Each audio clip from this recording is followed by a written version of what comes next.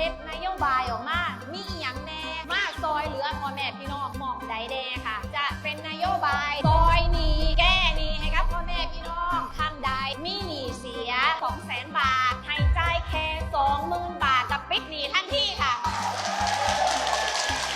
ท่านใดมีหนี้นอกระบบสามารถกู้ได้ไล่ละ 50,000 บาทค่ะหาเงินเหลือก็เอาเงินไปใส่เฮ็ดอย่างอื่นค่ะพ่อแม่พี่น้องผ่อนหนี้ครบทุกเดือนเป็นระยะเวลา1 ปีฟรีอีก1 งวดค่ะ